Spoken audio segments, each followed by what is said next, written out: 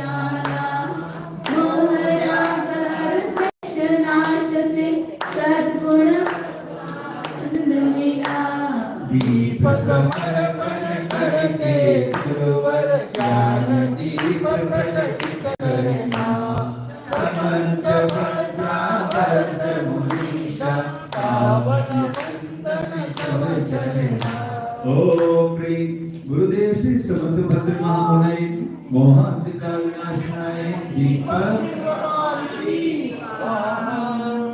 भाव विशुद्धि कर्म है उत्तम दर्शायक निज समता का इच्छा शक्ति प्रबल हुई अब इच्छा के अवसान कर्म विनाशन दूपर नश्वर अविनश्वर है ध्यान साधना अनंत भद्रावर्त मुनीषा पावन वंदन तव चरणा।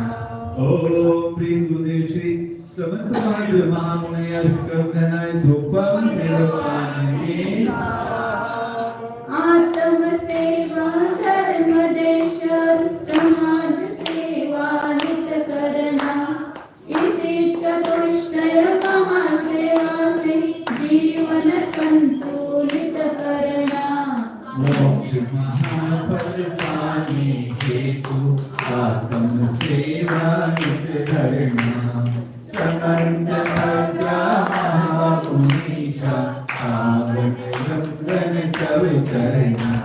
ओम श्री गुरुदेव श्री समर्थ भद्र महामुने महामोक्ष प्राप्ते परम निर्वाणि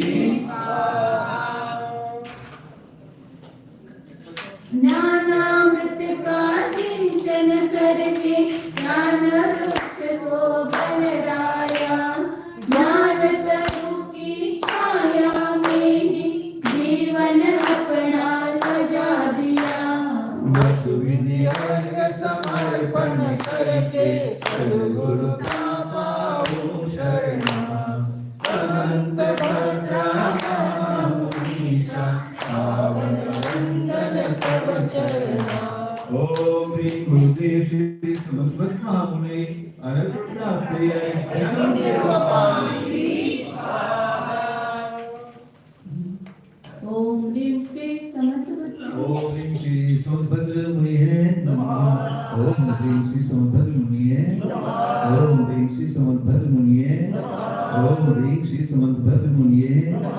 ओम ह्रीं श्री समर्थ मुनिये नमः। ओम ह्रीं श्री समर्थ मुनिये नमः। ओम ह्रीं श्री समर्थ मुनिये नमः। ओम ह्रीं श्री समर्थ मुनिये नमः। ओम ह्रीं श्री समर्थ मुनिये नमः। भद्र गुरु की भद्रता करे सफल कल्याण आप परम कल्याण हो दे आशीष सुदान देव नाम को सार्थक करने करमाला में जन्म लिया सौकांतिक देवो सम अपना बाल ब्रह्मचर्य सफल किया बालकपन में ध्यान लगाया निज गुण की तब हुई भावना युवकों का संगठन बनाकर जन सेवा यह यज्ञ कामना देह साधना सार्थक तब ही निज गुण की हो जयमाला धर्म साधना हेतु गुरु को जयपुर नगर का साथ मिला मोती चंद्र का देह विसर्जन सुन कर याद जगा मन में धर्म रुचि तब जगी प्रबल निज कुछ भी सुख ना धन धन में आदनिकं कादवं ऐसा जीवन ध्येय बनाया था समय सार का मंथन करते जीवन सार्थक जाना था इसी भाव से कारंजा नगरी में गुरु का हुआ कभी तपोभाव निष्कलुप्तासी जनमानस में किया प्रवेश। धार्मिक जन बिन धर्म न रहता, यह चर्चा निष्पन्न हुई। धार्मिक जन प्रोत्साहन हेतु गुरुकुल शिक्षा प्रकट हुई। गुरुकुलों का ध्येय बनाया, धर्मोधार्म के बिना कारण जाय है पहला गुरुकुल, बाहुबली है दूजा बना। ब्राह्मण नगरी में गुरुवर ने शुल्क दीक्षा पाई थी।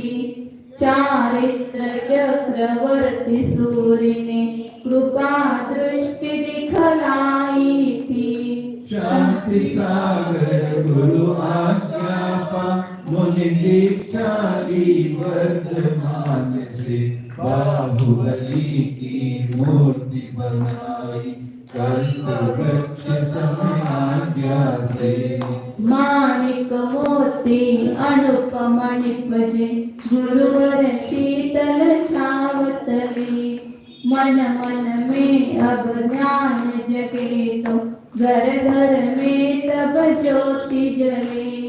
बाहुबली को तीर्थ बनाकर किया सच्चरित्र का उद्धार।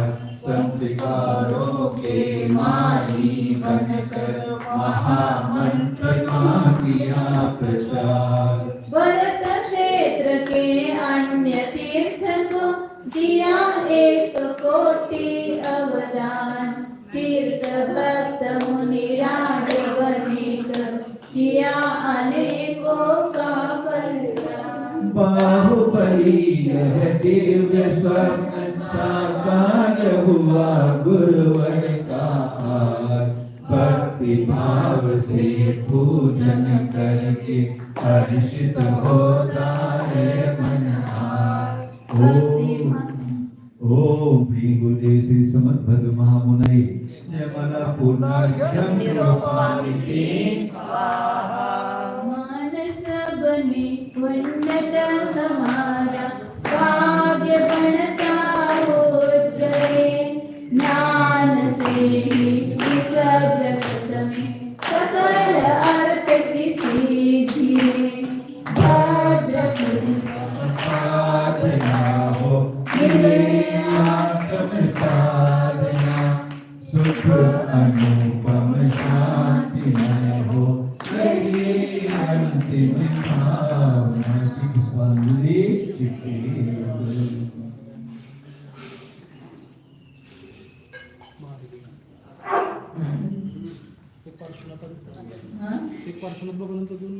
आता झालं की तुमचं झालं ना, पहिलं भगवंताचं वेगळं. आता फक्त महाराज हा, महाराज आहे तर समाप्ती करायला.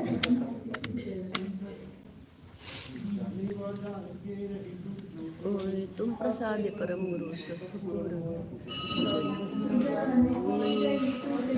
ओय तुम प्रसाद दे परम गुरु ससपूरन होय पूजन विधि जान।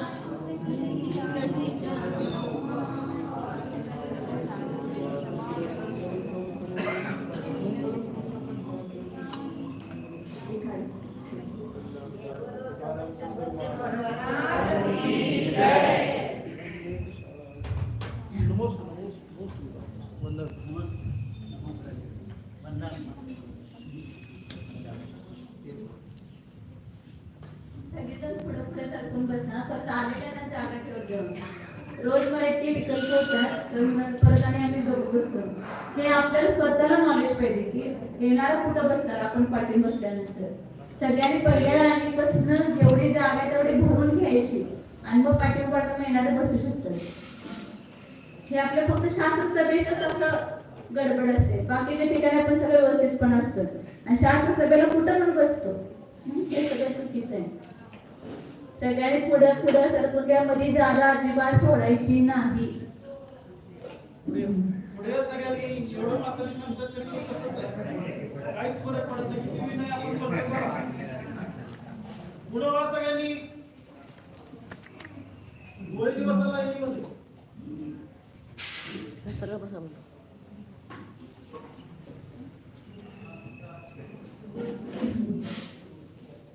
नमः समन्तभद्राय गुरुदेवाय साधवे समन्तानां सुभद्राय ज्ञानिने कर्मयोगिनि ज्ञानिने कर्मयोगिनि. जय बोलो देवादिदेव 1008 पार्श्वनाथ भगवान की जय. जय बोलो देवादिदेव 1008 आदिनाथ भगवान की जय. जय बोलो परम पूज्य चक्रवर्ती समाधी सम्राट आचार्य शांती सागर जी महाराज की जय. जय बोलो प्रातः स्मरणीय गुरुदेव समंत भद्रमुनि महाराज की जय. जय बोलो परम पूज्य आचार्य प्रवेशाट सुंदर सागर जी महाराज की जय. जय बोलो परम पूज्य मम दीक्षा गुरु वात्सल्य सिंधु आचार्य सुयश सागर जी महाराज की जय. जय. जन समस्त की संत की जय. हरिका संत की जय. आज आपला क्लास एका विनयांजलीच्या सभेमध्ये रूपांतरित झालेला आहे की ज्या गुरुदेवानी त्या 20व्या शताब्दीमध्ये गुरुकुल प्रणालीचा जीर्णोद्धार केला, पुनरुद्धार केला, अशा त्या महापुरुषाची आज पुण्यतिथी आहे.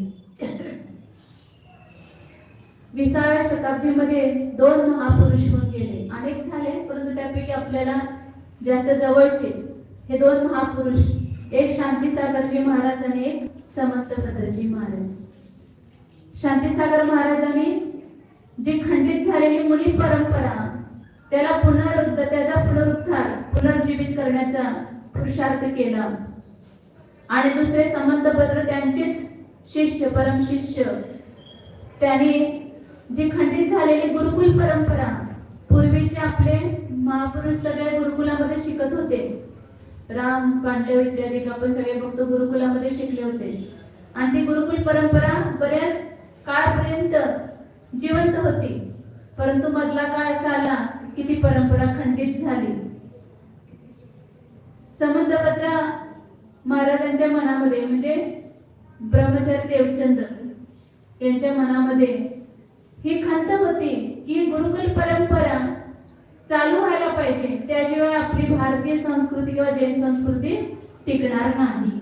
कारण त्या इंग्रजांनी सुद्धा ह्या भारताला फोडण्यासाठी घटना आलेल्या त्याच्यामध्ये त्यांनी विचारलं की कसं खंडित करायचं. तर त्याने सांगितलं की एकच काम करायचं की भारतामध्ये जी गुरुकुल परंपरा आहे ती तोडायची. ती जर तोडली तरच काय करू शकू आपण, आपल्या भारत आपल्या हातात घेऊ शकू. तर गुरुकुलामध्ये जे चांगले संस्कार दिले जातात त्यामुळं ह्या भारतीय परंपरेला, संस्कृतीला आपण तोडणं शक्य नाही. आणि म्हणून समंतभद्र महाराजांनी म्हणजेच ब्रह्मचारी देवचंदांनी विचार केला. 19 डिसेंबर 1891 साली या महाराष्ट्र प्रांतामध्ये, भारत देश आणि महाराष्ट्र प्रांतामध्ये करमाला गावामध्ये एका ज्ञान सूर्याचा उदय झाला. त्यावेळेला कुणाला कळालं किंवा नाही कळालं माहित नाही, परंतु तो एक तेजस्वी बालक पुढे जाऊन ह्या भारताची धुरा सगळीकडे दिग्दिगंतमध्ये आपल्या जैन धर्माचा ध्वज फडकवणार आहे. हे त्याच वेळेला ठरलेलं होतं. त्यांचं नाव देवचंद ठेवण्यात आलं. देवचंद हळूहळू मोठा होत गेला आणि 5-6 वर्षाचा झाला असेल की वडिलांच्या बरोबर मंदिरात रोज जायचा, त्यांच्याबरोबर पुराण ऐकायला बसायचं. मग त्या पुराणामध्ये जे मुनींचं स्वरूप ऐकलं त्याने की मुनिराज कसं तप करतात, ते ऐकल्यानंतर त्यांच्या मनात आलं की आपण पण असा प्रयोग करायचा. आणि ते लहान बालक, ते 6-7 वर्षाचं, मंदिरच्या वर गच्चीवर जाऊन, आज सुद्धा ते मंदिर आहे, त्या मंदिराच्या वर गच्चीवर जाऊन नग्न होऊन ते महाराजांच्या सारखं उभा राहायचे, तप करायचे, सामायिक करायचे. असं ते लहानपणापासूनच त्यांना ते संस्कार वडिलांच्याकडून मिळाले होते. त्यांच्या वडिलांचं नाव कस्तुरचंद आणि आईचं नाव कंकुबाई होतं. त्यांच्या पूर्ण जीवनामध्येच कच्ची करामत होती. त्यांचं जन्मगाव करमाळा, वडिलांचं नाव कस्तुरचंद, आईचं नाव कंकुबाई. त्यांचं कार्यक्षेत्र पहिलं कारंजा, नंतर गुरुकुल राहिलं कुंभोज बाहुबली, त्याच्यानंतर अशा प्रकारे आणखी अनेक आहेत. जेवढे 12 गुरुकुल त्यांनी काढलेले त्याच्यापैकी मला ते 5-6 तरी कवरच नाव आहे. कारकल, खुरई, हे पण ते 2 आहेत. पहिलं कारंजा, कुंभोज बाहुबली, कारकल मोडबिद्रीमध्ये, कारकलमध्ये पण आहे गुरुकुल आपलं. नंतर खुरई, कुंतलगिरी, आणि ते बाकीचे कण नाही हे सांगितलं. त्या 12 पैकी 6-7 नाव कवरच आहेत. तर सांगायचं की करमाळा या गावामध्ये ते वडिलांच्या संस्कारामध्ये वाढत होते. त्यांचं प्राथमिक शिक्षण तिथे झालं, दुधनी येथे ते झालं. नंतर माध्यमिक शिक्षण सोलापूर येथे झालं आणि त्याच्यानंतर उच्च शिक्षण पुणे आणि मुंबई या ठिकाणी झालं. बडोद्याला पण झालेलं आहे त्यांचं शिक्षण. मुख्य उद्देश आपला त्यांचं लौकिक जीवनापेक्षा महापुरुषांच्याकडून आपण त्यांचे गुण ग्रहण करायचे आहेत. तर त्यांच्या जीवनातून आपण त्यांचे गुण काय आहेत हे जास्त बघूया. जीवनचरित्र तुम्हाला पाहिजे असेल तर तुम्ही पुस्तक आहे निमेरा सरांनी लिहिलेलं ते वाचू शकता की त्यांचं पूर्ण जीवन त्याने लिहिलेलं आहे. गुरुदेव समंतपत्र यांचं व्यक्तित्व आणि कर्तृत्व.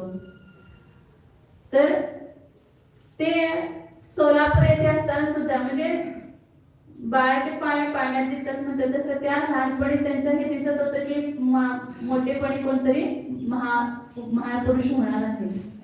सोलापूर या ठिकाणी माध्यमिक शिक्षण शिकत असतानाच त्यांच्यातला जो संघटन करण्याचा गुण होता तो व्यक्त झाला त्या ठिकाणी की कसं सगळ्यांना संघटित करायचं. अनेक मित्र त्या ठिकाणी, अनेक गावातून आलेले मित्र त्या ठिकाणी एकत्र शिकत होते. तर त्याने एक तिथं सभाची स्थापना केली, बालोत्तेजक सभा, आणि तिथं व्यायाम वगैरे घेतले जायचे आणि ह्याचं उद्घाटन लोकमान्य टिळकांच्या हस्ते केलं होतं. लोकमान्य टिळक त्या संघटनेच्या उद्घाटनासाठी त्या ठिकाणी उपस्थित होते. म्हणजे त्या लहानपणीच त्यांच्यामध्ये किती ते गुण होते हे लक्षात येते आपल्याला की कसं सगळ्यांना एकत्रित करायचं आणि प्रभावना कशी करायची देव धर्माची, हे गुण त्यांच्या लहानपणापासूनच होते. मोठे झाल्यानंतर ते पुढं कॉलेज शिकण्यासाठी पुण्याला गेले. त्या ठिकाणी त्यांनी एंटर वगैरेची परीक्षा दिली आणि त्याच्यानंतर मग एक वेळेला सांगली येथे महासभाचं अधिवेशन होतं.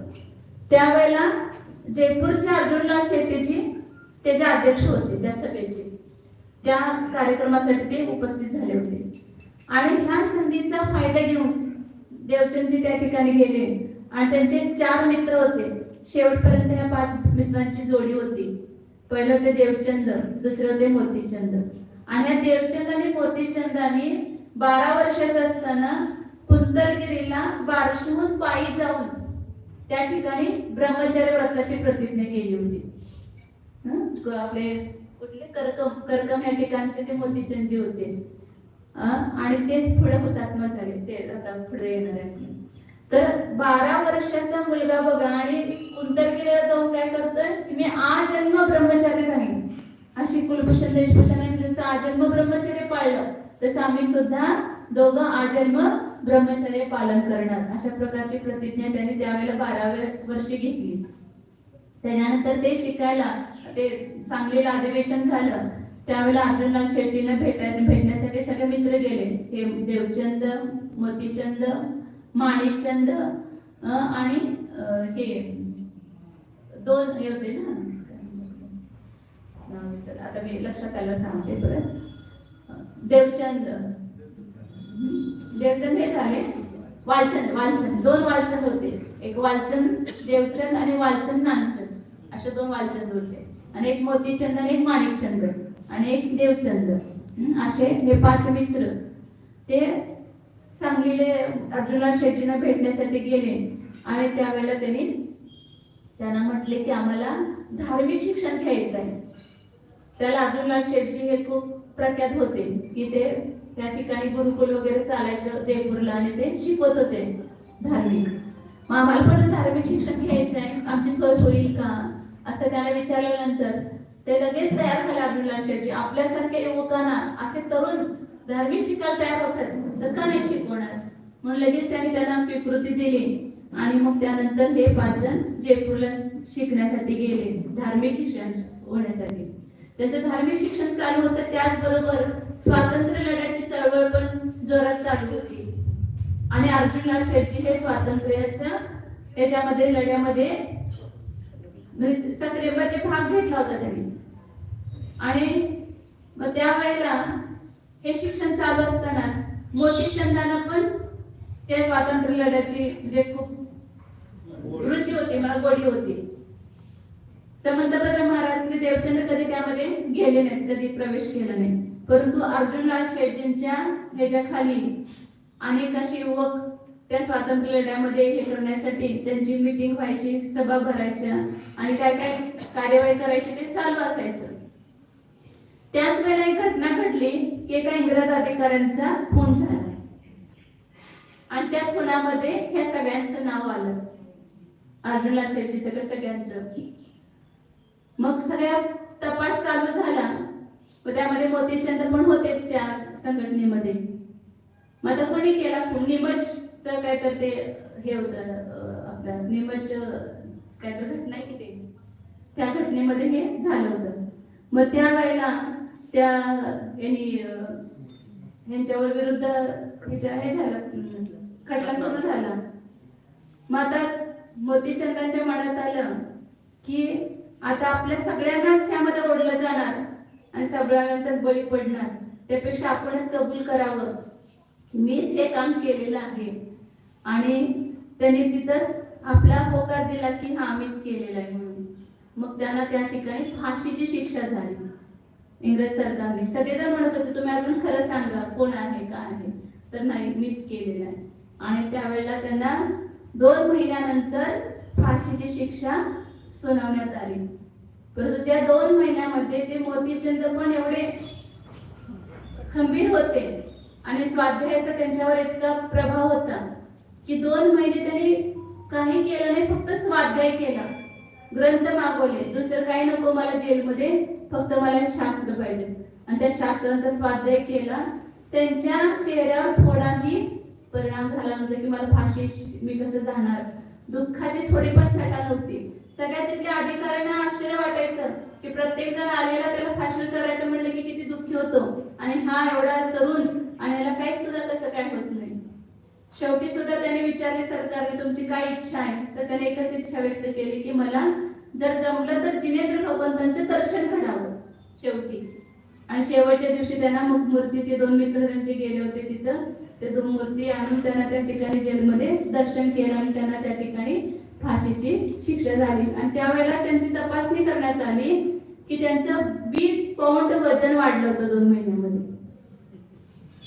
आपल्याला मरावं लागणार म्हटल्यानंतर सोडणारा मनुष्य, आता जर माहितीये की आपल्याला फाशीची शिक्षा होणार तर सुद्धा त्यांचं वजन कमी झालं, उलट त्या ठिकाणी व्यायाम सगळं खाणं पिणं आणि सगळं व्यवस्थित स्वाध्याय करून त्यांचं वजन वाढलं होतं. आणि फाशी देण्यापूर्वी असं त्यांच्यात आलं की त्यांचा मृत्यू झाला होता, असं पण तिथं हे नोंद झाली. आणि मग त्यानंतर आता ही घटना घडली, हे देवचंदांना काही पसंत नव्हतं हे सगळं राजकारण. मग ते म्हटले की आता आपण तिथं राहण्यात काय अर्थ नाही जयपूरला. मग तिथून ते परत बडोद्याला आले आपल्या मित्रांबरोबर. आणि त्या बडोद्याला त्यांची काहीतरी इंटरची परीक्षा होती, त्या ठिकाणी ती परीक्षा दिली. त्यासाठी सुद्धा एक घटना घडली की एका शेठजींच्या घरी पैसे काहीच नव्हते त्यांच्या जवळ. आता कुणाला मागायचे, इंटरची परीक्षा द्यायची, परीक्षा फी भरायला पाहिजे, सगळे आणखीन बाकीचा खर्च आहे खाण्यापिण्याचा वगैरे. मग त्या ठिकाणी त्या शेठजींच्याकडे गेले की आम्हाला काहीतरी काम द्या, आम्हाला एवढे एवढे पैसे पाहिजेत पहिल्यांदा, आणि पैसे आम्हाला द्या, आम्ही तुमच्याकडे काय पाहिजे ते काम करतो. शेठजीला पहिला वाटत कोणतरी असे भामटे असतील मुलं, कोण पण असे येतात मागायला. मग ज्यावेळेला त्यांच्याबरोबर चर्चा झाली त्याला लक्षात आलं की हे कोणी महान व्यक्ती आहेत. आणि मग त्या शेठजीने त्यांना पैसे दिले आणि म्हटले की नको तुम्ही काम पण करू नका, हे मला पैसे परत देऊ नका, तुम्ही हे घ्या तुमच्या परीक्षेसाठी. मग त्या ठिकाणी त्यांनी परीक्षा वगैरे दिली, सगळं झालं. नंतर पुन्हा ते मुंबईला आले आणि त्याच्यानंतर मग त्यांना मुंबईला त्यांनी BA वगैरे परीक्षा दिल्यानंतर त्यांना अंतरंगामध्ये पहिल्यापासूनच भाव असे होते की आपल्याला स्वाध्याय करायचं आहे, हे शिकायचं आहे, शास्त्र आपलं पूर्ण जैन शास्त्र शिकायचं आहे. मग आता कुठे शिकायचं, तर त्यावेळेला अशा प्रकारे प्रसिद्धी होती की कारंजाला वीरसेन भट्टारक होते आणि ते समयसारच्या मध्ये निष्णात होते. समयसार ग्रंथांचा स्वाध्याय त्यांचा खूप चांगला होता, त्यांच्याकडे शिकायला अनेक लोक जात होते. आणि पहिला समयसार छापलेले ह्याच्यापासून कारंजामध्ये ते जे जयचंदी छावडांची जी प्रति अशी शास्त्राकार रूपानं ती तिथून छापली गेलेली आहे. मग त्या वीरसेन महाराजांच्या भट्टारकांच्याकडं शिकण्यासाठी जावं अशी त्यांनी इच्छा व्यक्त म्हणजे मनात इच्छा होत होती. आणि त्याच वेळेला बरोबर नेमकं कारण घडलं की त्या मुंबईमध्ये बोर्डिंगमध्ये महाराज राहत होते आणि श्राविकाश्रममध्ये रोज दर्शन करण्यासाठी जात होते. मग त्या श्राविकाश्रमामध्ये एक बालिका होती की ज्या ठिकाणी तिथं राहत होती आश्रममध्ये. तिचं नाव होतं बजाबाई आणि ती प्रद्युम्न सावजींची बहीण होती बजाबाई. मग त्यांना कारंजाला सोडायचं आहे, मग पुन्हा पाठवायचं हिला एवढ्या लांब. मग त्यावेळेला त्यांच्या सगळ्यांच्या मनात आलं की हा देवचंद आहे तर ह्याला पाठवून द्यावं आपण कारंजाला की पोचून या तुम्ही म्हणून. मग देवचंदांना तेच पाहिजे होतं, कारंजाला जाण्याची त्यांची इच्छा होती. आणि असा योग घडला की त्यांना घेऊन ते कारंजाला गेले. कारंजाला गेल्यानंतर कशासाठी म्हटलं की मला पण तिथं समयसार शिकायचंय, 2 महिने मी राहीन त्या ठिकाणी आणि मग परत येईल. मग ही बातमी कारंजाला तिथं हे पोचते, त्यावेळेला काय फोन बिल काय नव्हते. आता पोचायच्या अगोदर सगळे फोन होतात, त्याला फोन नाही काय नाही. मग हे गेल्यानंतर अचानकच गेले ह्याला घेऊन बजात त्यांना. मग तिथं घरामध्ये स्टेशनवर उतरले. स्टेशनवर उतरल्यानंतर त्या स्टेशन मास्तरनी काय केलं, वजन केलं सामानाचं. तुमचं सामान खूप दिसते, पेटी वगैरे, राहायचं म्हणूनच गेले होते ना, ते सामान खूप दिसते म्हणजे याचं वजन करा. वजन केलं तर ते म्हणाला की वजन एवढं तुम्हाला घेऊन येता येत नाही, याचा एवढा दंड भरा. देवचंद म्हटले मी नाही भरणार दंड, कारण का मी जेवढं योग्य तेवढंच आणलेलं आहे आणि तिथं वजन करूनच आणलेलं आहे, मी याचा दंड भरणार नाही. तुम्ही मला जे आहे ते व्यवस्थित सांगा. असा वादावाद झाला. शेवटी त्यांनी सामान तिथंच ठेवलं स्टेशनवर, दंड भरला नाही. तुम्ही हे सामान ठेवले, मी दंड चुकीचा असा भरणार नाही. गेले कारंजे गावामध्ये. गेल्यानंतर त्या ठिकाणी प्रद्युम्न सावजी म्हणून त्या ठिकाणी प्रसिद्ध होते, विद्वान होते, शिकवत होते धार्मिक वगैरे. सेनगन मंदिर म्हणून आहे, त्या ठिकाणी 3 मंदिर आहेत कारंजाला. तर त्या ठिकाणी सेनगन मंदिरच्या समोरच प्रद्युम्न सावजींचं घर आहे. त्याच ठिकाणी टांग्यातून पूर्वी प्रवास व्हायचा ना, टांग्यातून उतरले. प्रद्युम्न सावजींना प्रश्न पडला की असं कोण असा युवक आहे की ज्याला समयसार शिकायचं आहे आणि BA झालेला आहे. BA झालेला मनुष्य आज इंग्रजांच्या ह्याच्यामध्ये जाऊन चांगली नोकरी मिळत होती त्याला, तो नोकरी करायचं सोडून असं कोण आहे की जो समयसार शिकायला आलेला आहे. त्यांची खूप कुतूहलता होती. आणि मग देवचंदांना बघितल्यानंतर त्यांना वाटलं की हा कोणीतरी खरंच महान व्यक्ती आहे.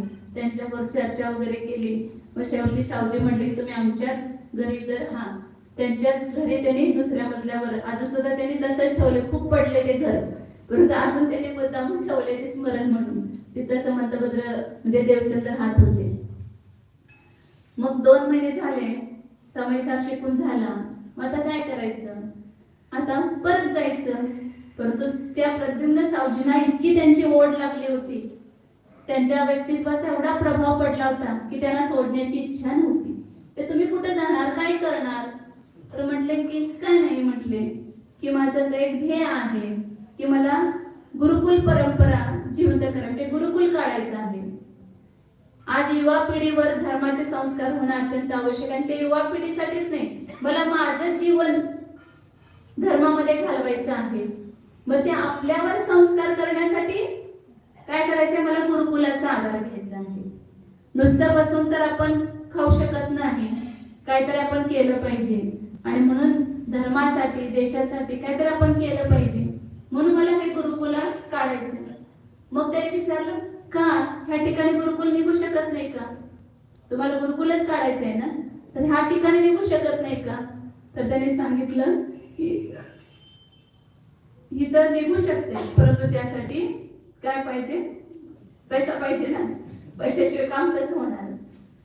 आणि एवढा पैसा कुठून आणायचा? प्रद्युम्न सावजी म्हटले तुम्ही मला एक दिवस द्या, मी जरा विचार करतो आणि मग उद्या आपण याच्यावर बोलू. प्रद्युम्न सावजी आपल्या मित्रांच्याकडे गेले आणि ते प्रद्युम्न सावजी म्हटले की असं असं आहे देवचंदजी, गुरुकुल काढू इच्छितात, तर मी माझी जी संपत्ती आहे 19,000 त्यांची संपत्ती होती त्यावेळी, त्यातले 10,000 मी ह्या गुरुकुलासाठी देतो, तुम्ही किती देणार? मग दुसरा मित्र म्हटला की तुम्ही जेवढं देणार तेवढंच मी पण देणार, माझे पण 10,000 घ्या. तिसऱ्या मित्राकडे गेले, त्यांनी पण 10,000 सगळ्यांनी कबूल केले आणि असे एका मित्राने 5,000 45,000 रुपये त्यावेळेला जमले त्यांचे. मग त्यांना म्हटलं की आता काहीतरी होऊ शकते. मग आणि कुठून तरी असे करून 50,000 ते गृहफंड, कारण पहिल्यांदाच देवचंदनी सांगितलं होतं की एवढा गृहफंड असल्याशिवाय आपण गुरुकुल काढू शकत नाही, गुरुकुलाचा खर्च कसा निघणार. मग त्यांनी प्रद्युम्न सावजींनी परत दुसऱ्या दिवशी त्यांच्याशी चर्चा केली आणि मग म्हटले की एवढा निधी आम्ही देतो, तुम्ही याच ठिकाणी गुरुकुल काढा. ठीक आहे म्हटले देवचंदजी. मी थोडंसं गुरुकुलाचं सगळं रूपरेषा बघायला पाहिजे ना, म्हणजे जुने गुरुकुल आहेत ते सगळ्या गुरुकुलाला भेट देऊन आले. जे आपलं हस्तिनापूरला कांगडे गुरुकुल, बौद्धांचं सगळ्या गुरुकुलामध्ये भेट देऊन आले. कशा पद्धतीने आपण गुरुकुल काढायला पाहिजे ह्या सगळ्याचं चिंतन करून मग अक्षय तृतीयाला 1918 साली अक्षय तृतीयेच्या दिवशी महावीर गुरुकुल ब्रह्मचर्य आश्रमाची स्थापना कारंजा येथे त्या ठिकाणी झाली. त्याला 100 वर्ष पूर्ण झाले त्या गुरुकुलाला. अजून ते गुरुकुल जसं आहे तसं जिवंत आहे. महाराजांनी काढलं तेव्हापासून त्या 100 वर्ष व्यतीत झाले तरी सुद्धा ती गुरुकुल अजून जिवंत आहे. कारण का त्या पाठीमागची जी भावना आहे ती खूप मोठी आहे, उच्च भावना आहे.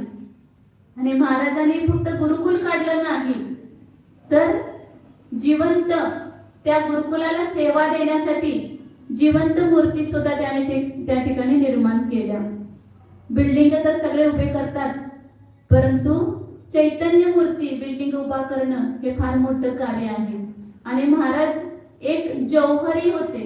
कोणते जौहरी होते? जडरत्नाचे जौहरी नव्हते, चैतन्य रत्नाचे जौहरी होते. कोणी पण मनुष्य आला त्यांच्या सानिध्यात की लगेच ते त्याला घेरत होते आणि त्याला आपल्याकडे आकर्षण केल्याशिवाय राहत नव्हते. तर त्यावेळेला इतका त्या महाराजांचा प्रभाव त्यावेळेला झाला, म्हणजे ते देवचंद ब्रह्मचारीच होते त्यावेळेला, त्यांचा एवढा प्रभाव झाला होता की कारंजातले अनेक मुलं त्या गुरुकुलामध्ये, सगळ्या मोठ्या मोठ्यांची मुलं, आज जेवढी श्रीमंत आहेत ना कारंजामध्ये, त्या सगळ्यांची मुलं त्या गुरुकुलामध्ये शिकलेली आहेत. आणि बाहेर गावून सुद्धा अनेक मोठ्या मोठ्या घराण्यातली मुलं त्या ठिकाणी गेली. म्हणजे आता त्यावेळेची जर पिढी बघितली तर खूप उच्च कोटीची होती. कारण का गुरुकुलाचं शिक्षण ज्याला मिळतंय तर त्या सगळ्यांना एक महाराजांचं जीवन सुद्धा आदर्श होतं. त्यामुळे सगळे व्यक्ती त्या ठिकाणी गुरुकुलामध्ये आपल्या मुलाला भरती करत होते. तुम्ही नाव ऐकलं असेल जयचंदजी लोहाडे, जे तीर्थक्षेत्र कमिटीचे महामंत्री होते, ते सुद्धा त्या गुरुकुलमध्ये शिकलेले आहेत. अनेक असे कांतीलालजी भोरे आहेत, त्यांचे विद्यार्थी पद्मनाभजींचं नाव ऐकलं असेल की जे अमेरिकेमध्ये बौद्ध आणि जे जैन विषयाचे प्रोफेसर होते, कुठं अमेरिकेला. असे मोठमोठ्या हुद्द्यावर सगळे त्यावेळेचे विद्यार्थी आहेत. तर त्यावेळेला ज्याला गुरुकुल काढल्यानंतर महाराज स्वतः त्या मुलांना शिकवत होते सगळे ग्रंथ. कुठपर्यंत ग्रंथ शिकत होते गुरुकुलामध्ये? तर छड आलेपासून, बालबोध पासून ते जीवकांड पर्यंत, सर्वात सिद्धी, शत्रचूडामणी, असे मोठे मोठे ग्रंथ सुद्धा त्या मुलांना शिकवले जात होते. महाराज स्वतः शिकवायचे आणि सगळे पाठांतर करून घ्यायचे महाराज त्यांच्याकडून. तर त्यावेळी महाराजांच्या अंडर हे 15-20 वर्षामध्ये तयार झालेली जी पिढी आहे ते आज सुद्धा त्याच पद्धतीने त्यांचं जीवन यापन करतात. त्यानंतर मग महाराजजी काही प्रचारासाठी वगैरे या महाराष्ट्रामध्ये येत होते, इकडं या प्रांतात येत होते. त्यावेळेला कुंभोज बाहुबली हा पहाड पहिल्यापासूनच होता. खाली काही सुद्धा नव्हतं, फक्त पहाडावर मंदिर होतं आणि पहाडावरच मुनी जाऊन तपस्या करत होते. शांतीसागर महाराजांनी 1927 साली त्या पहाडावर चातुर्मास केला होता. त्या चातुर्मास सुद्धा देवचंदजी 8 दिवस त्या ठिकाणी आचार्यांच्या सानिध्यामध्ये राहिले होते. त्याच वेळेला त्यांना तो पहाड इतका प्रिय वाटायचा की त्यांना असं वाटायचं की ते गुरुकुल असावं. त्यांनी ती इच्छा आपल्या शांतीसागर महाराजांच्या पुढे व्यक्त पण केली की मला असे ते गुरुकुल काढावं असं वाटतंय. तर देव म्हटले, तू देवचंद त्या भानगडी तिथं पडू नकोस, तू गुजराती पिंड आहे तुझा आणि इकडची माणसं कशी आहेत, साधी म्हणजे रानटी माणूस ना, बोलणं कसं काय वगैरे विनय वगैरे काहीच तिकडं माहित नाही. त्यामुळं इकडं काढायचा काही विचार करू नकोस असं त्यांनी सांगितलं शांतीसागर महाराजांनी. परंतु काय पुन्हा 5-6 वर्ष गेल्यानंतर 1933 साली पुन्हा दान गोळा करण्यासाठी देवचंदजी ह्याला आले होते बाहुबलीच्या परिसरामध्ये, कोल्हापूर वगैरे भागात. तर त्यावेळेला अनेक व्यक्तींनी पण त्या ठिकाणी इच्छा व्यक्त केली की तिथं गुरुकुल तुम्ही काढा कुंभोज बाहुबली या ठिकाणी. महाराजांना तेच पाहिजे होतं, म्हणजे देवचंदजींना तेच पाहिजे होतं. मग त्यांनी एक रात्रभर मीटिंग चालू होती ती गुरुकुल काढण्यासाठी बाहुबलीला. पहाडावर ही मीटिंग होती आणि मग शेवटी ठरलं की या ठिकाणी एक गुरुकुल आपण काढूया. मग आषाढ शुक्ल द्वितीया 1934 साली बाहुबली गुरुकुलाची स्थापना झाली आणि मग त्याच्यानंतर अनेक गुरुकुलांची स्थापना झाली. स्तवनदी आहे, तेरदाळ आहे, बागेवाडी आहे त्या भागामध्ये. इकडं खुरईला महाराजांनी चातुर्मास केला होता, 1950 साली होते. त्या ठिकाणी खुरईला सुद्धा गुरुकुल काढलं. कर्नाटकामध्ये कारकल या ठिकाणी काढलं. इकडे वेलोरा या ठिकाणी, कारंजाला तर 2 आपले कंकुबाई श्राविकाश्रम सुद्धा त्याच वेळेला 1933 साली कंकुबाई श्राविकाश्रम 5 शाळा रूपानं पहिल्यांदा चालू होतं, त्याच पुढे श्राविकाश्रम मध्ये रूपांतर झालं. अशा 12 गुरुकुलांची स्थापना गुरुदेवाने केली आपल्या आयुष्यामध्ये. तर सांगायचा उद्देश, परंतु हे सगळं करत असताना महत्वाचं हे होतं की त्याने आपली आत्मसाधना कधी सोडली नाही. ते पूजेमध्ये सुद्धा ओढ आली होती, आपण लक्ष असेल आपलं की हे सगळं बाह्य व्यापचार आपण करतो, त्याला आपण काय करतो, आम्हाला वेळच मिळत नाही, आम्ही कधी स्वाध्याय करणार, आम्ही कधी हे करणार असं म्हणतो. परंतु त्यांनी स्वाध्याय कधी सोडला नाही आणि आपलं चारित्र्य कधी सोडलं नाही. त्यांनी लहानपणी आपला संकल्प लिहून ठेवला होता की मी 12 वर्षाचा ब्रह्मचर्य घेणार, त्यानंतर अमुक वर्षामध्ये 7वी प्रतिमा घेणार, 40व्या वर्षी मी शुल्लक दीक्षा घेणार आणि 60व्या वर्षी मुनी दीक्षा घेणार. त्यांचं ध्येय वाक्य होतं, आद इदम कादवम जय सकै परहिदम च कादवम आद इद परिदादो आद इदम सुट्टू कादवम आद इदम कादवम. पहिल्यांदा आपला आत्महित करण्यायोग्य आहे आणि जय सकै जर शक्य असेल तर परिदमचे कादवम, परहित सुद्धा करण्यायोग्य. परहित कशासाठी करायचं, ते पण स्वतःसाठीच. तर परहित करत असताना त्या जीवाचं कल्याण होऊ दे किंवा न होऊ दे, परंतु आपलं तर निश्चितपणे त्या भावनेनं, त्या आपण जे संस्कार करतो त्या संस्कारानं आपण स्वतः संस्कारित होत असतो. आणि म्हणून मग आणि गुरुकुल काढण्यासाठी महाराजांनी का हे केलं, संकल्प केला, तर लहानपणापासूनच संस्कार झाले तर ते संस्कार पुढे टिकतात. माती ज्याला कुंभार ओली असते त्याला जसा पाहिजे तसा आकार त्याला देऊ शकतो आणि एकदा कठीण झाल्यानंतर त्याला आकार द्यायचा म्हटलं तर शक्य नाही. मग लहान मुले कोळी मुलं बघा आता पाडशेत माताजींच्याकडे येतात, काय म्हणत ते ऐकतं सरळ. आणि तुम्हाला आम्ही काय सांगितलं तर ऐकताय का, सगळे पक्के घडे झालेले आहेत. त्यामुळे महाराज रोज सांगतात तुम्ही दीक्षा घ्या, संयम धारण करा, कोण नाही. आता ते मुलांना सांगितलं हे नियम पाळायचं, लगेच मुलं तयार. आम्ही दुसरी शिवून सांगतो आम्ही नियम पाळला माताची, म्हणजे ते मुलं कशी असतात, लवकर संस्कार ग्रहण करतात, कारण ते कच्चे असतात, त्यांची पाठी पुसलेली असते, त्यामुळे त्याच्यावर लिहिणं सोपं असतं. म्हणून महाराजांनी असेच निवडले की लहानपणापासूनच या मुलांच्या संस्कार झाले तर मोठेपणी हे टिकतील आणि आपला धर्म सुद्धा टिकून राहील. म्हणून त्या लहान मुलांना त्यांनी निवडलं. सगळीकडे लहान 5वी पासून ते 10वी पासूनचे गुरुकुल काढले त्यांनी. मग अशा पद्धतीनं हे गुरुकुलाचे हे सगळं कार्य चालू असताना महाराजांनी आपल्या आत्महित कधी विसरले नाही आणि 1933 साली शांतीसागर महाराजांच्या आचार्यांच्याकडे जाऊन ब्यावर या ठिकाणी त्यांनी शुल्लक दीक्षा ग्रहण केली. त्यावेळेस सुद्धा अनेक लोकांचे अनेक हे आले की तुम्ही यांना शुल्लक दीक्षा दिली तर एका ठिकाणी राहता येणार नाही, गुरुकुल चालवता येणार नाही. परंतु शांतीसागर महाराजांनी त्यांना परमिशन दिली की तू गुरुकुल चालवू शकतोस आणि एका ठिकाणी गुरुकुल चालवण्यासाठी राहू शकतोस, कारण ही धर्माची प्रभावना आहे. त्यांच्या हातून फार मोठं कार्य होणार आहे हे सगळं आचार्याने जाणलं होतं आणि म्हणून शांतीसागर महाराजांनी त्यांना ती शुल्लक दीक्षेमध्ये सुद्धा गुरुकुल चालवण्याची परमिशन दिली होती. व त्यामुळे शुल्लक झाल्यानंतर सुद्धा गुरुकुलामध्येच महाराज ते राहिले आणि गुरुकुलाचं कार्य पुन्हा चालू होतं.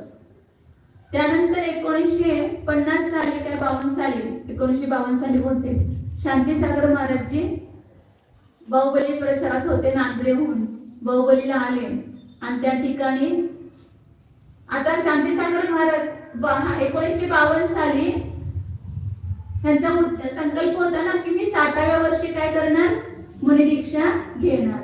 1991 चा जन्म 1951 झालं. आता 52 सुरू झाल्यानंतर त्यांच्या मनामध्ये चळवळ सुरू झाली की आता आपण दीक्षा घ्यायची. मग त्यांनी आचार्यश्रींना निरोप पाठवला, शांतीसागर आचार्यश्रींना, की मला आता मुनी दीक्षा द्यायची आहे तर मी येऊ का कुंतलगिरीला.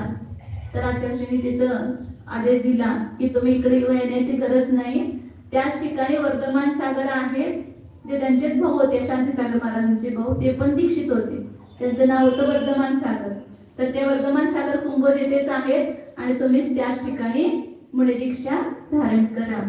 मग त्यावेळेला 1952 साली मार्गशीर्ष महिन्यामध्ये त्यांचे नोव्हेंबर महिन्यामध्येच त्यांचं वाढदिवस होऊन, म्हणजे वाढदिवस होता पुढे काय अगोदर, त्यांनी त्या ठिकाणी मुनी दीक्षा धारण केली.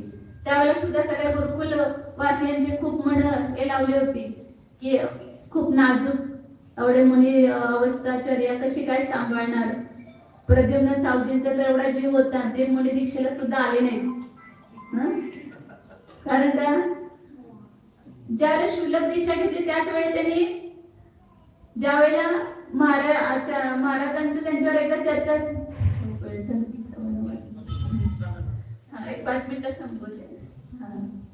तर काय सांगत होते, ज्या वेळेला गुरुकुल काढण्याचा प्रसंग आला त्याच वेळेला महाराजांनी प्रद्युम्न सावजींना सांगितलं होतं की तुम्ही म्हणाल की तुम्ही गुरुकुल काढला तर तुम्हाला इथंच राहावं लागेल आणि तुम्हाला पूर्ण हे करावं लागेल, तर मी अशा बंधनात राहणार नाही. ज्या वेळेला मला लक्षात येईल की गुरुकुल माझ्या आत्महितामध्ये बाधक होत आहे किंवा ज्याला मला मुनी दीक्षा घेण्याची इच्छा होईल त्याला मी गुरुकुलाचा सुद्धा त्याग करेन. प्रद्युम्न सावजींनी त्याला कबूल केलं, परंतु म्हटले की तुम्ही ही गोष्ट मात्र पुन्हा बोलायची नाही. तुम्ही बोलला तर कोण तयार पैसे द्यायला तयार होणार आहे किंवा गुरुकुलामध्ये हे करायला तयार होणार नाही. मी ही गोष्ट पुन्हा सुद्धा बोलू नका. फक्त प्रद्युम्न सावजींशीच हा वायदा झाला होता. मग म्हणून ज्यावेळेला ते शुल्लक दीक्षा घ्यायला ते चालले त्यांना अडवू तर शकत नव्हते, कारण त्यांनी शब्द दिला होता. मग दीक्षा सुद्धा घ्यायच्या वेळेला कोणी अडवू शकत नव्हते, त्यांना शब्द दिला होता. परंतु ते त्या दीक्षेला सुद्धा उपस्थित झाले नाहीत की मला हे बघवलं जाणार नाही. आणि खूप त्यांच्याबद्दल सगळ्या महाराष्ट्रामधून सगळ्यांनाच माहित आहे की बाहुबली हे क्षेत्र त्यावेळेला म्हणजे काहीच नव्हतं तिथं खाली. महाराजांनी ज्याला गुरुकुल स्थापन केलं त्याच्यानंतरच तो पूर्ण विकास झाला. तिथं सगळं जंगलच होतं, सगळे साप वगैरे फिरत होते आणि त्या ठिकाणी अशा प्रकारचे उत्कृष्ट धर्मक्षेत्र त्यांनी उभं केलं, गुरुकुल त्या ठिकाणी उभं केलं. मग शांतीसागर महाराज 1992 साली ते दीक्षा घेतल्यानंतर त्या ठिकाणी नांद्रेहून एका दिवसातच बाहुबलीला आले. बाहुबलीला आले बाहेरच्या ह्याच्यामध्येच थांबले, शेतामध्ये थांबल्यानंतर मग सगळेजण आणायला गेले, आगमनी करायला गेले की चला या म्हणून.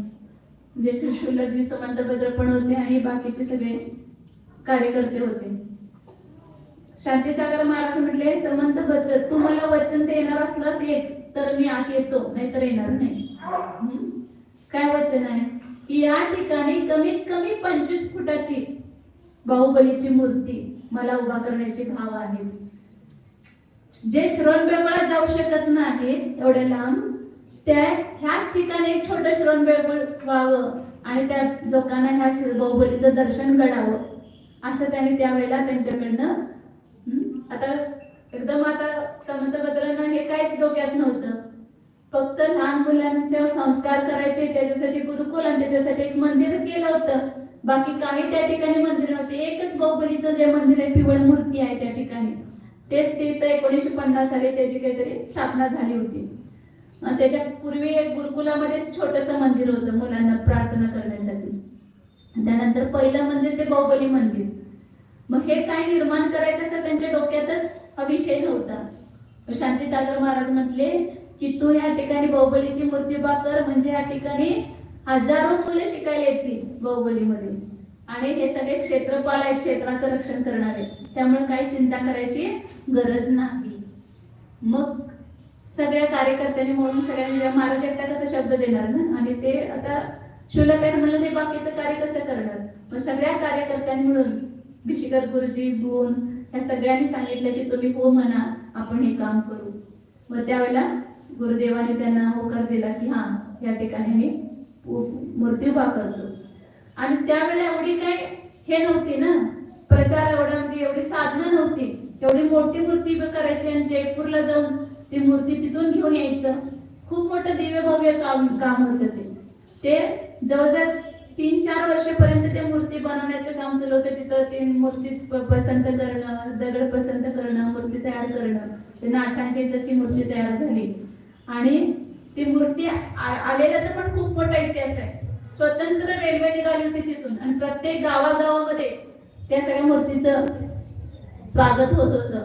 तिथं थांबत होते एक दिवस मूर्ती आणि स्वागत होत होतं. अशा प्रकारे ती मूर्ती 1998 का 59 साली, परंतु शांतीसागर महाराजांना मरण्यापूर्वी ही सगळी बातमी कळाली होती सलेखण्यापूर्वी की त्या ठिकाणी मूर्ती घडायला लागलेली आहे, तयार झालेली आहे आणि हे सगळं काम चालू आहे. ते ऐकल्यामुळे त्यांना समाधान मिळालं होतं. सुमंतभद्राचं मग त्यानंतर ही मूर्ती 1963 साली त्या ठिकाणी प्रतिष्ठा झाली बाहुबली या ठिकाणी. त्यावेळेस सुद्धा खूप मोठी प्रतिष्ठा वगैरे झाली होती. मग त्यानंतर मात्र गुरुदेव कुठल्याही जास्त भानगडीत न पडता आपल्या आत्मसाधनेमध्येच मग्न राहिले.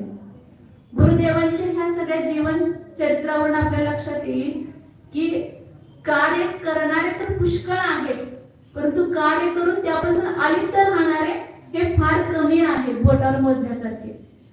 महाराज नेहमी म्हणायचे मी काहीही केलं नाही. कोणी येऊन म्हणायचे ना खूप छान झालंय, खूप आपलं हे सगळं चांगलं आहे, तर लगेच गुरुदेव म्हणायचे की मी काहीही केलेलं नाही, हे सर्व या कार्यकर्त्यांचे, माझ्या ह्याच्यामध्ये काही नाही.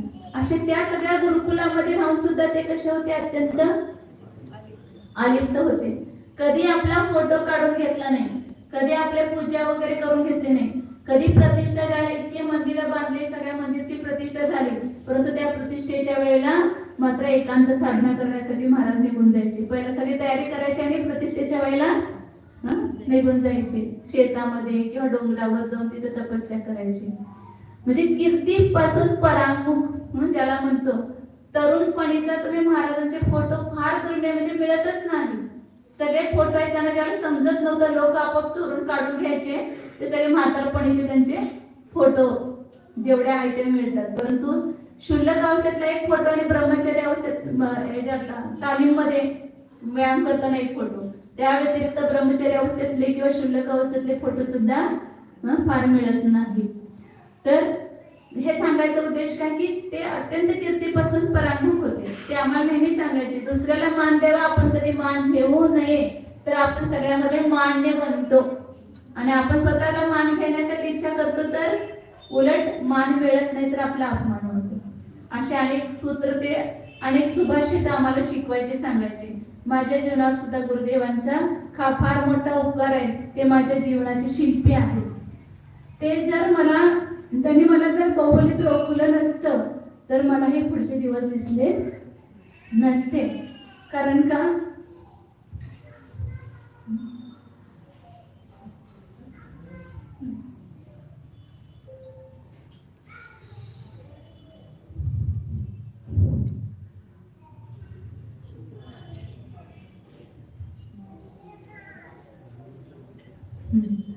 तर त्यांचे माझ्या जीवनावर खूप मोठे उपकार झालेले आहेत. त्यांनी मला स्थिर केलं व्रतामध्ये आणि त्या ठिकाणी बाहुबलीला राहण्याचा आग्रह केला आणि पुन्हा ठेवून घेण्याचा आग्रह केला आणि त्यामुळे मी तिथे राहिले आणि पुढं माझं सगळं धार्मिक शिक्षण वगैरे त्यांच्या सानिध्यामध्ये पूर्ण झालं. शेवटी सहलेखनाचा प्रसंग की त्यांचं वय 97 वर्ष. सगळ्यांना वाटायचं की आता महाराजांची शताब्दी पूर्ण होते, परंतु महाराज स्वतः कधी कधी त्यांनी तोंडाने असं म्हटलं नाही की माझी शताब्दी पूर्ण होते किंवा होईल म्हणून. उलट त्यांना ती इच्छाच नव्हती. कोणी म्हटले की तुम्ही असं काय बोलू नका म्हणायचे, मी काय शताब्दी वगैरे करून घेणार नाही. आणि 97 वर्ष असतानाच जुलै महिन्यामध्ये सगळे तिथं विद्वत संमेलन भरलं होतं कोथळीला.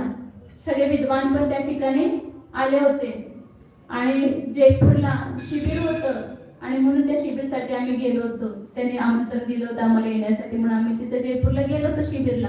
आणि त्याच वेळेला गुरुदेवांची तब्येत ह्या ठिकाणी इकडं आणि गुरुदेवांनीच आम्हाला पाठवलं की जावा तुम्ही काय हे करू नका, माझी चिंता करू नका, सगळेजण आहेत बघून घेतील, तुम्ही जावा शिबिरला म्हणून आम्ही सगळे गेलो. कारण गुण होतेच, वय झाल्यामुळे सोडत नव्हते महाराजांना. कधी काय होईल काय सांगता येत नाही. परंतु नेमकं त्याच वेळेला आम्ही गेलो आणि त्याच वेळेला गुरुदेवांची तब्येत हे झाली. आम्हाला कळाल्यानंतर आम्ही तिथून लगेच निघून आल्यानंतर बघितलं तर गुरुदेवाने एक सुद्धा शब्द कधी काही बोलले नाही. नाहीतर प्रत्येक वेळा कुठं जाऊन आलं की लगेच अनेक प्रश्न विचारायचे, काय झालं तिथं, काय सांगितलं, काय होतं, सगळ्याच विचारायचे सवय होते त्यांना. परंतु त्यावेळेला आल्यानंतर एक सुद्धा शब्द त्यांनी आमच्याशी बोलले नाही. आणखी कारंजाहून इकडून तिकडून सगळे त्यांचे शिष्य आले, माणिकचंद चौरे वगैरे, परंतु कुणाशी एक सुद्धा शब्द बोलले नाही. आणि त्याला आम्ही 16 ऑगस्ट सकाळी त्या ठिकाणी पोहोचलो बाहुबलीला आणि त्या दिवशी आहार पण दिला त्यांना. आहार झाल्यानंतर त्यांचं म्हणजे उभारून स्वतःच्या पायावर उभारून कुणी न पकडता उभारून आहार घेतला होता 1 तासपर्यंत. आणि मग त्यानंतर तो आहार त्यांचा शेवटचा आहार झाला. त्यानंतर 17 तारखेला त्यांना आहार करण्यासाठी खूप आग्रह केला, परंतु कुणाचे ते ऐकले नाहीत आणि उपास आहे असं पण बोलले नाहीत, मी सहलेखना घेतली असे पण ते बोलले नाहीत. कारण त्यांची इच्छा होती, त्यांनी आपली इच्छा लिहून ठेवली होती की मी मरताना जास्त लोक असू नये, कुणालाही प्रचार करू नये मी सहलेखना घेतली म्हणून. आणि जर सहलेखना झाल्यानंतर सुद्धा उत्तर क्रिया कशी करायची ते सुद्धा लिहून ठेवलं होतं. पंचामृत अभिषेक करू नये, मिरवणूक काढू नये, माझं स्मारक बांधू नये, कारण गुरुकुल हेच माझं स्मारक आहे, दुसरं स्मारक बांधण्याची गरज नाही. अशा अनेक गोष्टी त्यांनी स्वतःच पहिल्या लिहून ठेवल्या होत्या. त्यामुळे ते शेवटी त्यांच्या इच्छेप्रमाणेच कुणी त्या ठिकाणी लोक नव्हते. 17 तारखेला त्यांनी आहार घेतला नाही. आम्हाला वाटतं की 18 तारखेला उठतील, परंतु 18 तारखेला पहाटे 5:30 वाजता ते शवासनामध्ये म्हणजे आसनं केली त्यांनी सकाळी उठून सगळी आणि पद्मासनामध्ये बसले होते आणि त्याच वेळेला त्यांचा प्राण विसर्जन झाला. फक्त 4 सेवा करणारे लोक, सिद्धरांना ते आनंद कुमार जे हे आणि शुल्लक वीरभद्र महाराज जे आणि एक सेवा करणारा मनुष्याचे 4च व्यक्ती त्यांच्या जवळ होते. आम्ही सुद्धा अजून झोपेतून उठलो नव्हतो. आणि आम्हाला सांगायला आले की साहेबाजू महाराजींना काय होते बघत चला म्हणून. आणि तोपर्यंत आम्ही गेलो, तोपर्यंत त्यांचे प्राण विसर्जन झाले, परंतु पूर्ण शांतपणे पद्मासनामध्ये बसून ध्यान सामायिक सगळं करत असताना त्यांचे प्राण निघून गेले. जे त्यांनी ती पूर्ण लक्षात घेतलं की आता आपलं जीवन जास्त नाही आणि मौन राहून कुणाशी काही न बोलून की मी खेळणार सहलेखना वगैरे असं काही वाचा न करता त्यांनी आपली सहलेखना साधली. लोकांना वाटतं की महाराजांनी सलेखनाच घेतली नाही, परंतु त्यांनी स्वतः कारण त्यांना पहिल्यापासूनच सवय होती की कोणताही वाचा करायचं नाही आणि मौनपणे आपली साधना करायची. आणि ती 18 ऑगस्ट शुद्ध पंचमी आपल्या नागपंचमीच्या दिवशी 18 ऑगस्ट 1888 साली त्यांचं देहाचं विसर्जन झालं आणि ते देवलोकाला निघून गेले. ही एक महान व्यक्ती, त्यावेळेला तो दिवस सुद्धा बघण्यासारखा होता. त्यांच्यावर किती लोकांची श्रद्धा होती की जवळजवळ 50,000 ते लाख लोक त्यावेळेला त्यांचं दर्शन करण्यासाठी ते आले होते त्या 18 ऑगस्टच्या दिवशी. तर काहीही प्रसिद्धी नको म्हणणाऱ्या त्यांची प्रसिद्धी सगळ्या जगामध्ये झाली. म्हणून हा आदर्श आपण त्यांच्याकडनं घेण्यासारखा आहे की कोणतंही कार्य केलं तर त्याच्या मोबदला आपण कधी इच्छायचा नाही, निस्पृह होऊन ते काम करायचं. आपल्या कीर्तीची प्रसिद्धीची कधी हाव करायची नाही आणि सगळं कार्य करत असताना सुद्धा अकर्ता स्वभावाला जाणून अलिप्त कसं राहायचं हे त्यांच्याकडून शिकण्यासारखं होतं. अनेक गुण अनेक आठवणी आहेत, परंतु वेळ खूप झालेला आहे. मी खूपच वेळ घेतला आज, त्यामुळे आचार्यांची क्षमा मागते आणि मी माझं थोडक्यात वक्तव्य संपवते. जय बोलो गुरुदेव समंत भद्रमुनी महाराज की जय, परमपूज्य आचार्य सुरे सागरजी महाराज की जय. नमस्तो. आणि मी आचार्यश्रींना विनंती करते की आचार्यश्री आम्हाला सगळे आशीर्वचन देऊन त्यांच्याबद्दल आपले भाव व्यक्त करावे. कारण का ते सांगायचं खूप सांगायचं आहे, खरं तर वेळ नसते म्हणून काय कमी करू असं करण्यात येतं की समंत भद्र महाराज त्यांचे माझे वर उपकार अतिशय आहेत.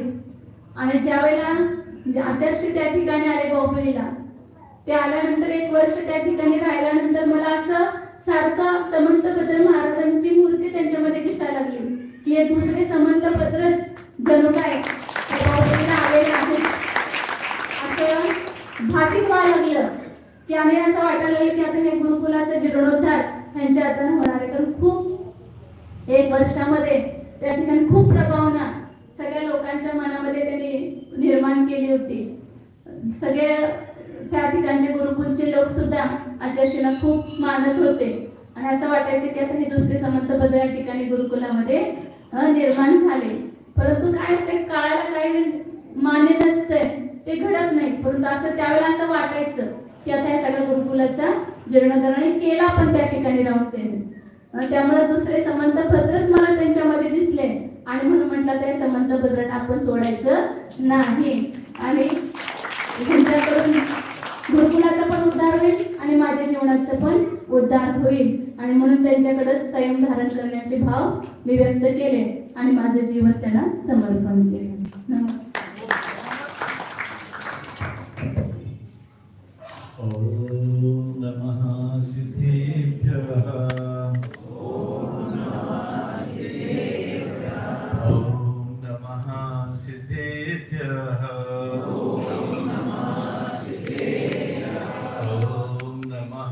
सिद्धेभ्यः.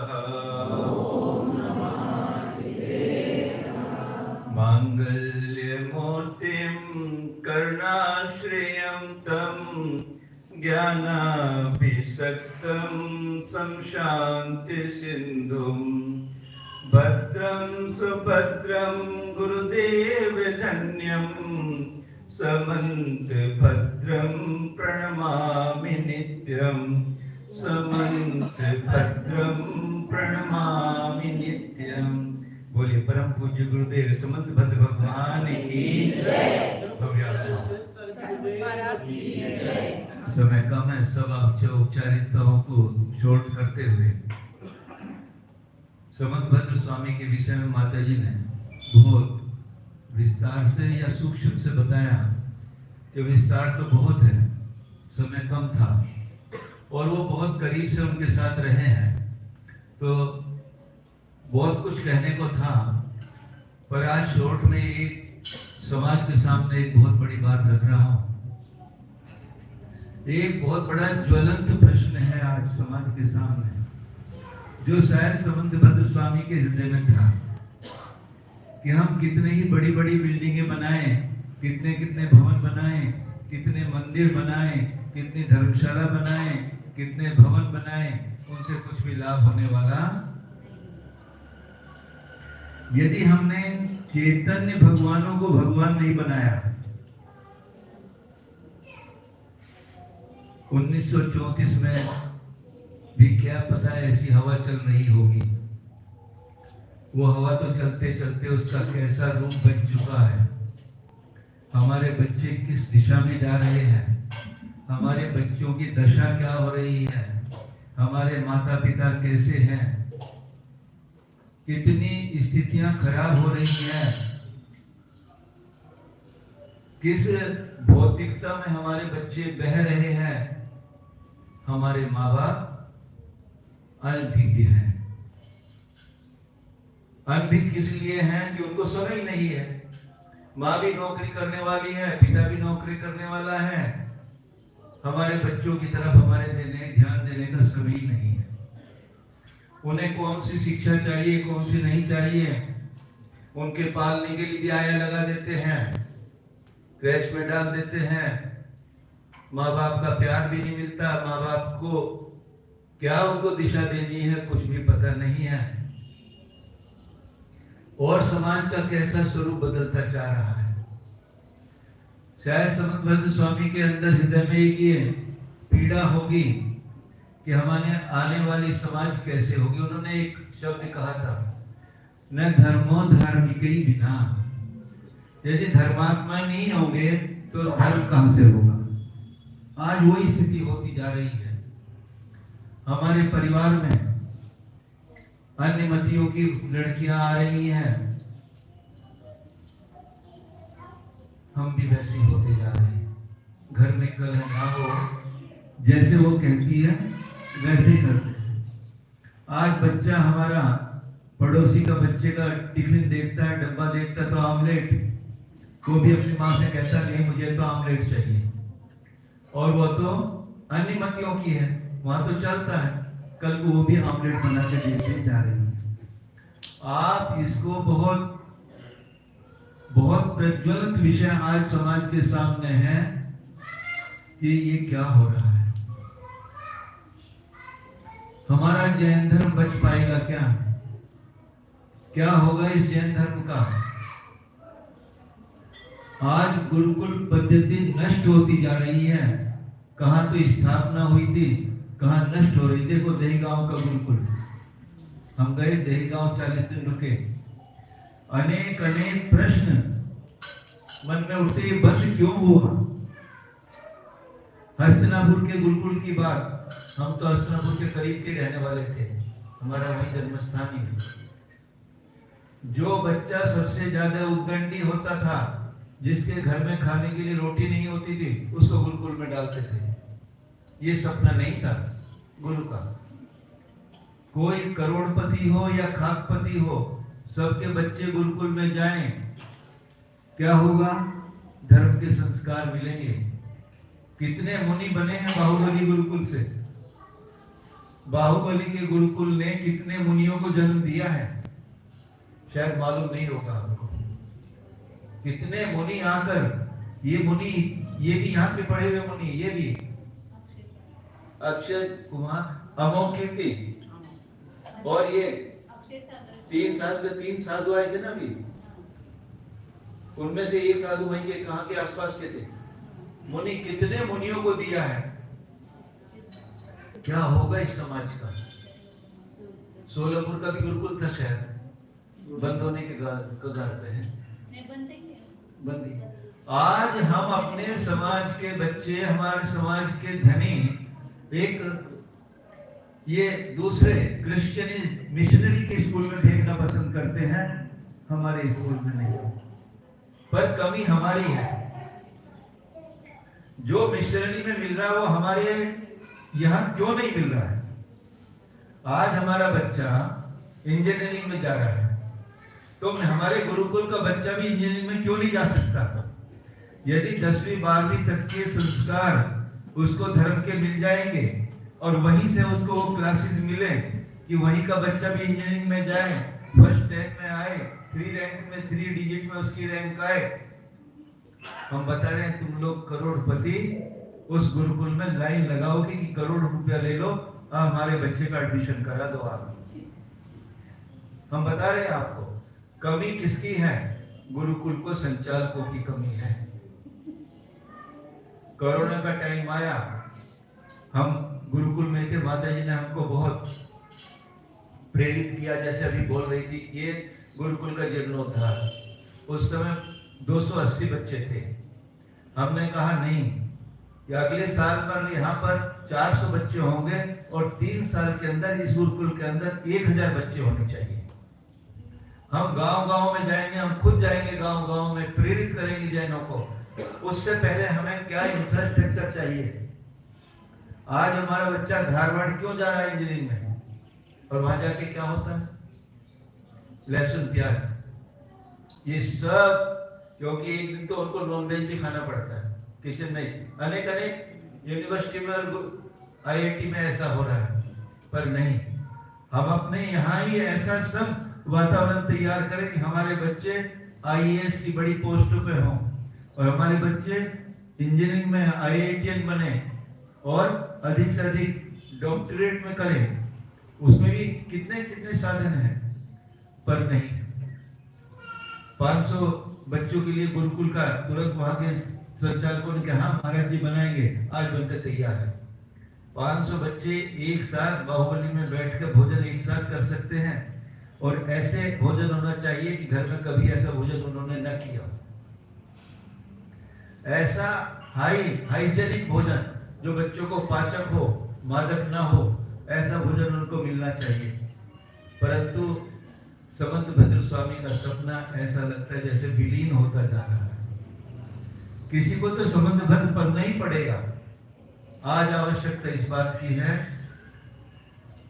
कि ऐसी हमारी मानसिकता बन गई है कि गुरुकुल में तो गरीब लोगों के बच्चे जाते हैं। हम अपने बच्चे को, हमारे पास तो सामर्थ्य है, हम क्यों भेजेंगे गुरुकुल में। ऐसी मानसिकता बन गई। पर एक बात ध्यान रखना, यदि शुरुआती आपके बच्चे के अंदर धर्म के संस्कार बन गए तो समझ लेना आपको कभी वो ऑर्फेनेज हाउस में नहीं भेजेगा।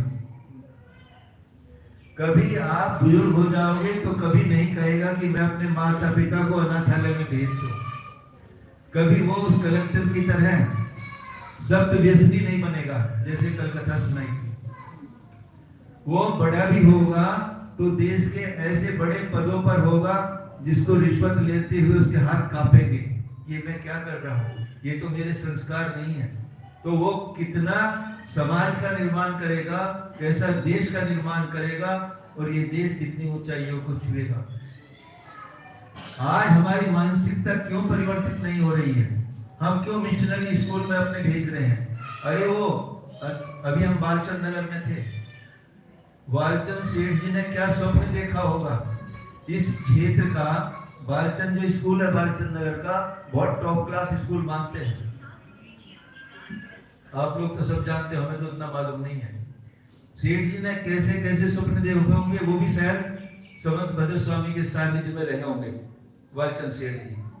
तो तभी उन्होंने सेमी इंग्लिश और इंग्लिश और क्या क्या किया है, और आज भी वो स्कूल चल रहा है। परंतु ये गुरुकुल की स्थापना और होनी चाहिए। और दहीगांव का स्कूल, ये गुरुकुल जो बंद है भैया, ये दक्षिण की काशी बोलते हो आप पलटन को, पर इस काशी का क्या हो रहा है? ये तो काशी विनाशी जैसी हो रही है। ये गुरुकुल क्यों बंद हुआ? आप लोग हस्तक्षेप क्यों नहीं करते? दहीगांव में सब पूरा आपका अस्तित्व है। इतना बड़ा समोसा खड़ा कर दिया, क्या लाभ होगा उसका? अरे यदि आपने एक साल में 10 बच्चों को, 20 बच्चों को, 50 बच्चों को अच्छे संस्कार करके निकाल दिया, आपने मुनि बना दिया, तो ये सब समोसरण तो सुरक्षित रह सकेंगे। नहीं तो समोसरण का नाम लेने वाला भी कोई नहीं बचेगा। आज हम आपको बहुत दुखी हृदय से बात कर रहे हैं कि हमारे जितने भी अतिशय क्षेत्र, 30 क्षेत्र बन रहे हैं, ये 81 के अड्डे बनते जा रहे हैं। ये सब पर्यावरण इनको अपने अंडर में लेता जा रहा है, और जो अन्य जाति के भी लोग जा रहे हैं, आ रहे हैं, और वहाँ कैसे कैसे स्थितियां हो रही हैं, हम बहुत देख देख कर दुखी होते हैं। चाहे कोई भी हो, चाहे श्रवणबेल गोला हो, चाहे छोटी बाहुबली हो, दोनों के लिए कह रहा हूँ। वहां भी देखो कैसे कैसे कितने आदमी कैसे जा रहे हैं वहां पर, और बाहुबली में हमने देखा कैसे कैसे कोई वहां पर रोक टोक नहीं है। ये क्या हो रहा है वहां पर? दहीगांव का आपका इतना बड़ा योगदान पर्यटन का दहीगांव में है, तो यहाँ की समाज क्यों आगे नहीं आती? कुछ भी करना पड़े, ये गुरुकुल चालू होने चाहिए। ये केवल एक धर्मशाला बन के रह गई है बच्चों का गुरुकुल। क्या हो रहा है ये? कुछ बोलते नहीं। आज ये प्रसंग आया तो समाज में हमने यह बात रखी है, हमारे बच्चे किस दिशा में जा रहे हैं, क्या हो रहा है उनका, हमें कुछ भी खबर नहीं। 10वीं पास करते के साथ ही बच्चों को आप पुणे और बंबई या कहीं भेज देते हो। वो एक ऐसी एज है, वो उनका टर्निंग पॉइंट है। या तो वो अच्छे में जा सकते हैं या निगेटिव डायरेक्शन में जाने में तो कुछ भी देर नहीं लगती। आज ऐसे ऐसे अनेक प्रकार के साधन आविष्कृत हो चुके हैं कि निगेटिव डायरेक्शन तो बहुत जल्दी जीव पकड़ लेता है, पर क्योंकि पीछे के संस्कार ही नहीं उनके पास, तो समाज के सामने हमारा अनुरोध भी है, अनुग्रह भी है कि हम तो पता नहीं 2 साल 4 साल कभी भी समाधि हो जाएगी, ये जो हमारी पीढ़ी आ रही इसका क्या होगा।